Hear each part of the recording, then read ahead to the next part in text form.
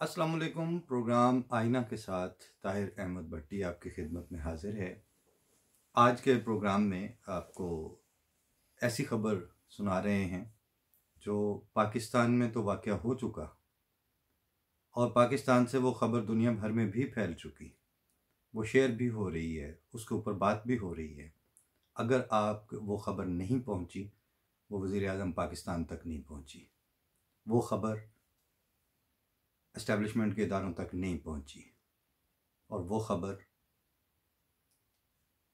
सूबा सरहद के कठमुलायत ज़दा एडमिनिस्ट्रेशन तक नहीं पहुंची। पहले मैं प्रेस रिलीज़ पढ़ के आपको सुना देता हूँ जो 5/10/2020 की है। नज़ारत अमूर आमा, सदर अंजुमन अहमदिया पाकिस्तान रबवा। मजहबी मुनाफरत की बिना पर पेशावर में एक अहमदी प्रोफेसर डॉक्टर नईमुद्दीन खटक को कत्ल कर दिया गया। मुहिब वतन अहमदियों के खिलाफ जारी मनफी प्रोपेगेंडा मुहिम के नतीजे में अहमदी अदम तहफ़्फ़ुज़ का शिकार हो चुके हैं। पेशावर में यके बाद दीगरे अहमदियों पर मुनज़्ज़म हमले हुकूमत अहमदियों के तहफ़्फ़ुज़ में नाकाम हो चुकी है।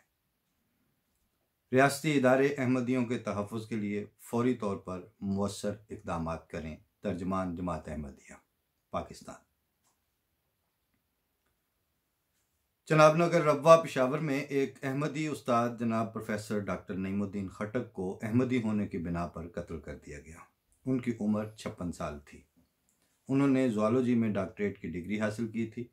वो सुपीरियर साइंस कॉलेज के वज़ीर बाग रोड पेशावर में पढ़ाते थे।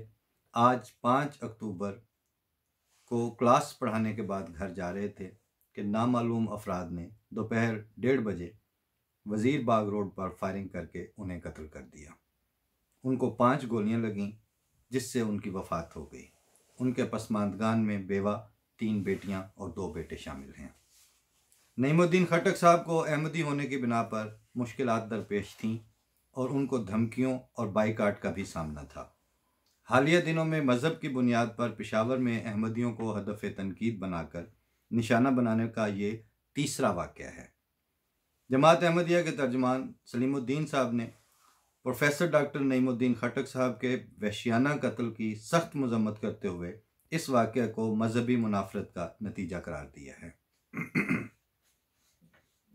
उन्होंने कहा कि पाकिस्तान में बिलउमूम और पेशावर में बिलखुसूस अकीदे के इख्तलाफ की बिना पर अहमदियों को हिरासा किया जा रहा है, उनकी ज़िंदगियों को निशाना बनाया जा रहा है, जिससे अहमदियों में अदम तहफ़्फ़ुज़ के एहसास में शिद्दत पैदा हो रही है और यूँ महसूस होता है कि हुकूमत अहमदियों की जानो माल की हिफाजत से अमदन बेतवज्जोही कर रही है। उन्होंने कहा कि अहमदियों के खिलाफ नफ़रत आमेज़ मुहिम में शिद्दत आ गई है। नफ़रत अंगेज़ मुहिम चलाने वालों से मुसलसल हुकूमती चश्मपोशी ने शरपसंद अनासिर के हौसलों को तक़वियत दी है। हुकूमत अहमदियों की हिफाजत में नाकाम हो चुकी है। तर्जुमान ने रियासती इदारों से मुतालबा किया कि अहमदियों को तहफ़्फ़ुज़ फ़राहम करने के लिए फ़ौरी तौर पर मौसर इक़दामात किए जाएँ और मासूम और पुरअमन अहमदियों को दहशतगर्दों के रहमो करम पर न छोड़ा जाए।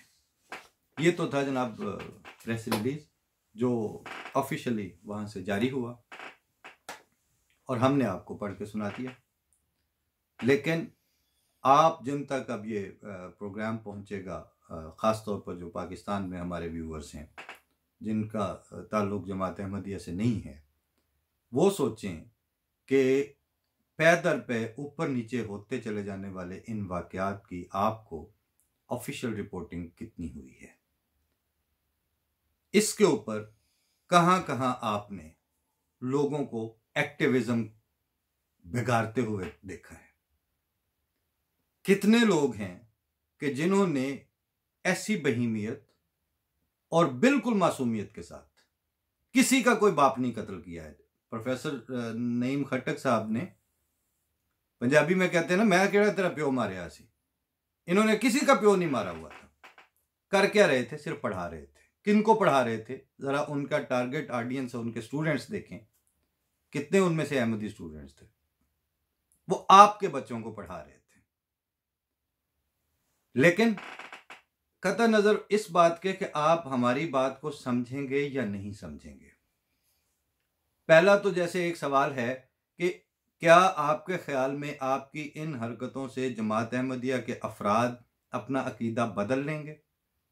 ये नईम खटक साहब की शहादत पहली शहादत नहीं है, और एक दिन में एक नहीं, हमने एक दिन में 100 शहादतें भी भुगती हुई हैं। उसके नतीजे में आमतुन्नास, आम अहमदी से लेके इमाम जमात अहमदिया तक किसी के चेहरे या उसकी आवाज या उसके स्टांस में आपको अगर कोई लर्जिश या जरा सी भी कपकपी दिखाई दी है तो हमें भी याद दिलाइए। हमें दिलचस्पी है कि हम कब लड़खड़ाए थे, ये तो सवाल ही नहीं पैदा होता। लेकिन आप जब इन चीजों को पढ़ते हैं कि मसलन हम जब इन चीजों को पढ़ते हैं कि वला नबलुवन्नकुम बिशैइन मिनल खौफ वल जुए वल अनफुस वस्समरात व नक्स मिनल अमवाल वल अनफुस वस्समरात व बश्शिर अस्साबिरीन अल्लज़ीना इज़ा असाबतहुम मुसीबत क़ालू इन्ना लिल्लाहि व इन्ना इलैहि राजिऊन। क्या आपने जमात अहमदिया का रद्द अमल इस आयत में बयान फरमूदा मोमिनीन और खुदा ताला को मानने वालों और रसूल की पैरवी करने वालों के रद्द अमल से आगे बढ़ता हुआ कभी देखा? और अगला सवाल, सिर्फ एक जगह तो जिक्र नहीं हुआ इस तरह के वाकयात का, वो जो फरमाया गया है कि वला तक़ूलू लिमन युक़्तलु फ़ी सबीलिल्लाहि अमवात बल अहयाउम वलाकिन ला तशऊरून, कि जो अल्लाह की राह में मारे जाते हैं उनको तुमने मुर्दा नहीं कहना क्योंकि वो जिंदा हैं। बल अहयाउम। डॉक्टर नईम खटक साहब से पहले कायद-ए-आज़म यूनिवर्सिटी में प्रोफेसर डॉक्टर नसीम बाबर को इसी तरह घर से बेल दे के बुला के गोली मार के शहीद किया गया। परवेज हूद भाई साहब उस वक्त उस शहादत के ऊपर एहतजाज करने वाले जुलूस की क़यादत कर रहे थे। इनकी हमसायगी में वो प्रोफेसर साहब थे, कर्नल आसिफ जमील उनके अजीज़ों में थे। वो उस वक्त उनको जाके टेकअप किया उन्होंने, जो भी इंतज़ामात होते हैं। उस वक्त उनका एक कज़न उसी जगह पे फिज़िक्स ही पढ़ रहा था। डॉक्टर साहब सॉलिड स्टेट फिज़िक्स में इस पाए के आदमी थे कि वो सॉलिड स्टेट की फिज़िक्स में पाकिस्तान में बहुत बड़े इनिशिएटिव पे काम करना चाह रहे थे और यूरोपियन यूनियन ने उनको उसके लिए स्पॉन्सर भी किया हुआ था और आम रूटीन से हट के किया हुआ था। अगर वो उसमें कामयाब हो जाते तो पाकिस्तान में उस पाए का दूसरा फिजिकिस्ट सॉलिड स्टेट फिजिक्स का ना होता आपके पास, और उसका जो फायदा पहुंचता वो आपकी नस्लों को पहुंचता। मगर उस वक्त जमीयत और फलां यही धड़े होते हैं ना, इन्हीं के पास है ना। यानी ये लोग अब दुआ पे तो बिलीव नहीं करते, ये अब खुदा ताला से इस्तिमदाद के नतीजे में जमात अहमदिया का कला कमा नहीं करना चाहते। ये वो बदनसीब हैं कि जो खुद को खुदा रसीदा और जमात अहमदिया को खुदा से दूर और मुर्तद और काफिर जमात समझते हुए उसके खिलाफ दुआ नहीं करने की इनको तौफीक मिलती। उनकी ये दुआ ना कर सकना ये बता रहा है कि वो ना खुदा को मानते हैं, ना दुआ में यकीन रखते हैं, और ना उन्हें अपने होने का यकीन है, और ना उन्हें अपने मुसलमान और खुदा रसीदा होने का यकीन है। अगर उनको ये यकीन हो, ये हरकतें करने वालों को, तो वो सबसे पहले खुदा की तरफ मुतवज्जो हों कि या अल्लाह, ये इस जमाने में इतना बड़ा फितना इस्लाम को मिलियामेट करने के लिए जाहिर हो गया है, तू हमारी मदद फरमा। कभी आपने ऐसा नहीं देखा होगा, किसी जगह ऐसा नहीं करते। वही टटपूंजिए और लठबरदार, और मैं कुछ और अल्फाज भी आ रहे हैं फौरी तौर पर जहन में भी और जुबान पर भी, लेकिन अल्लाह ताला तौफीक दे के वो दबे रहें, वो निकलेंगे मुसल्लह तौर पर कत्ल गालिब के लिए। बल अहया, उनके ऊपर मैं आज बात आपसे करना चाह रहा हूं। अल्लाह ताला ने जो फरमाया कि वो जिंदा हैं, तो वो किन में जिंदा हैं? आप में तो वो जिंदा नहीं है। नसीम बाबर शहीद हो गए, जो उस वक्त एमएससी करता हुआ नौजवान था। उसने उसी फिजिक्स में वहां से एमफिल किया। उसके बाद वो सिराक्यूज से जाके पीएचडी कर रहा है और फिजिकल रिव्यूज में वो उसके मजामीन छप रहे हैं और फिजिक्स की पार्टिकल यानी थ्योरेटिकल फिजिक्स के ऐसी फील्ड में काम कर रहा है कि जिसपे इस वक्त दुनिया के कुछ 40-50 साइंटिस्ट हैं जो सिर्फ उसमें काम कर रहे हैं। तो नसीम बाबर की तो मौत हम इसलिए नहीं मान रहे कि उसका सब्स्टिट्यूट और उसे अल्लाह ताला ने मुतबादिल साथ साथ दे रखे हैं। आपने उस दौरानिये में क्या पैदा किया, आपकी तरफ क्या पैदा हुआ। दूसरे नंबर पर जो पढ़ाने जाते हैं, जो आपकी खिदमत करने जा रहे हैं, इन लोगों में देखें कि ये इनके स्टूडेंट्स में कितने अहमदी थे और पेशावर में कुल कितने के अहमदी हैं, मगर वो आपकी खिदमत कर रहे थे, वो आपकी नस्लों को पढ़ा रहे थे। नसीम बाबर अगर कायदे आज़म यूनिवर्सिटी में पढ़ा रहा था तो ज्यादा से ज्यादा 10 स्टूडेंट, 5 भी नहीं होंगे उनके स्टूडेंट्स अहमदी, वो आपके लिए थे। डॉक्टर मेहदी अगर अमेरिका से वक्फ करके आया है और वहीं पे अपना शहीद कर दिया गया है, वो इलाज जो है वो अपनी फैमिली का नहीं कर रहा था, वहां आपके लोग आते थे। आप एक उस फैज से महरूम कर रहे हैं, दूसरा आप आइंदा उस जैसे और उस पाए के लोग प्रोड्यूस करने से महरूम हो रहे हैं। बल आया उनका के मिसदाक हम जगह जगह इनके सब्स्टिट्यूट देखते हैं, हमें जगह जगह इनके मुतबादिल नजर आते हैं। हमें अपने होने का बिल्कुल मुस्तकबिल में अपना होना नजर आ रहा है और हमें अब आपका मौजूद होना नजर नहीं आ रहा। आपने सिस्टमेटिक जो कला कमा करना था ना अहमदियों का और अहमदिया इंटेलिजेंशिया का और अहमदिया शख्सियात का, वो तो आपसे नहीं हुआ, एक दफा भी नहीं हो सका, किसी फील्ड में भी आपसे नहीं हो सका। वो जिंदा नहीं, जिंदा तर हैं और आप उनके मुकाबिल पर मुर्दा नहीं बल्कि कारे मुजल्लत में गिरे हुए मुर्दनी की तरफ जा रहे हैं। ये पेशावर जहां से ये सरहद, ये NWFP या खैबर पख्तूनख्वा, यहां पर जिस हद तक चश्मपोशी हो रही है इस वक्त, गजब खुदा का, रोज बंदा प्रोविंशियल कैपिटल के अंदर मरता है, दिन दहाड़े गोलियां मारी जाती हैं, किसी को परवाह नहीं है। अब एक बात तो है, खुदा तो है या नहीं है, वो फिर जिस वक्त आपके ऊपर जो हलाकत के दरवाजे खुलने वाले हैं, वो अगर उस वक्त फिर अल्लाह ताला जिस तरह की चश्मपोशी करता है, उस पे हमें तरस आता है। मुझे याद है कोयटा में जिना रोड पे मेरा आमना सामना एक बुजुर्ग हैं, उनसे हुआ। उस वक्त अभी इब्तिदा हुई थी अफगानिस्तान पर बमबारियों की और तबाहियों की। सैयद थे, मुहिब वतन थे, नरम दिल रखने वाले थे। तो हमसायगी में कोयटा में मैं भी उस वक्त गया हुआ था, तो कहते हैं ये देखें क्या हो रहा है। मैंने कहा वो तो बहुत बुरा रहा है, लेकिन मुझे ये बताएं कि इन्होंने अल्लाह ताला के पास कोई ऑप्शन छोड़ा था। इस वक्त सिर्फ ये बात काबिल गौर है कि जिस तरह जिस कमीनी चश्मपोशी का मुजाहरा आप लोग इस वक्त कर रहे हैं अहमदियों की रोजाना की बुनियाद पर शहादतों के ऊपर, अगर खुदा है, जो कि हमारे अकीदे के मुताबिक यकीनन है और हम उसको देखते हैं, उसी खुदा ना हो तो आप अपनी तरफ से बड़ी तीस मार खानी करके बंदा शहीद करके जाते हैं। जमात अहमदिया के अफराद और उनके इमाम और उनके सिस्टम के अंदर जरा सी भी हलचल नहीं होती। उनको मतलब अगर खुदा ना हो तो आप तो पहले ही नहीं है हमारे साथ।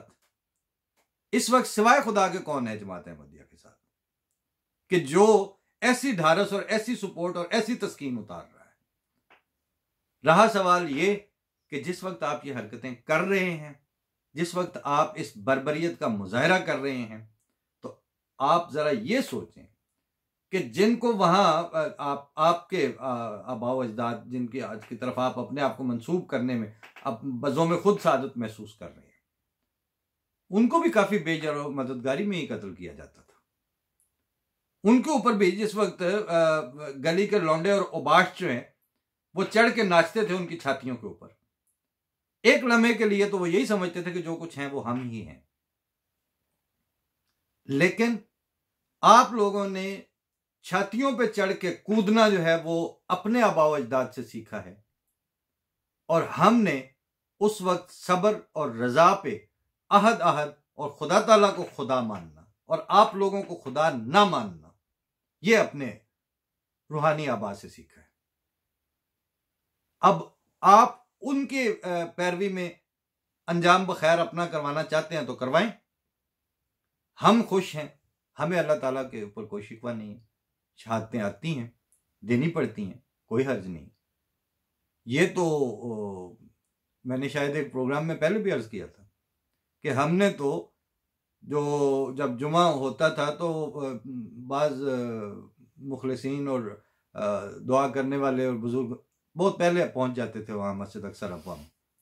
कभी कभी जब हम उन्होंने वहाँ जाके वो तस्बीह पढ़नी थी, वहाँ हमने तशहद के ऊपर उंगली उठाते हुए बेकरार हो के रोने वाले बुजुर्गों को देख रखा है।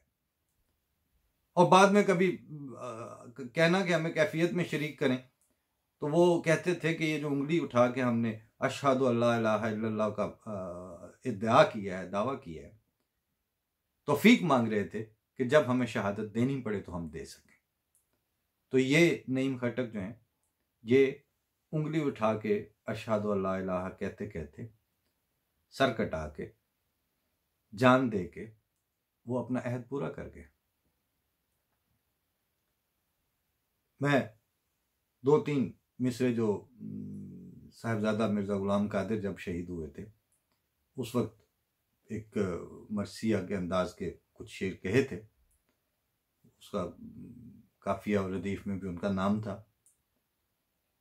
कि अहद वफा का पास था हर लम्हा हिर्ज़े जान दे के पूरा कर गए मिर्ज़ा गुलाम कादिर, सर अपना अपने हाथों सदी की सलीब पर मिसले चराग धर गए मिर्ज़ा गुलाम कादिर। किस दर्जा हौलनाक था दश्ते बलाए शौक, किस शान से गुजर गए मिर्ज़ा गुलाम कादिर।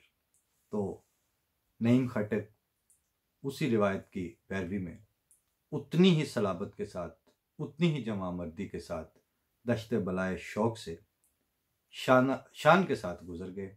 आप लोग अब सिर्फ फैज़ के मिसरे दोहरा सकते हैं कि जिस धज से कोई मक्तल को गया वो शान सलामत रहती है। ये जान तो आनी जानी है, इस जान की कोई बात नहीं। हम इन मिसरों की गवाही दे सकते हैं।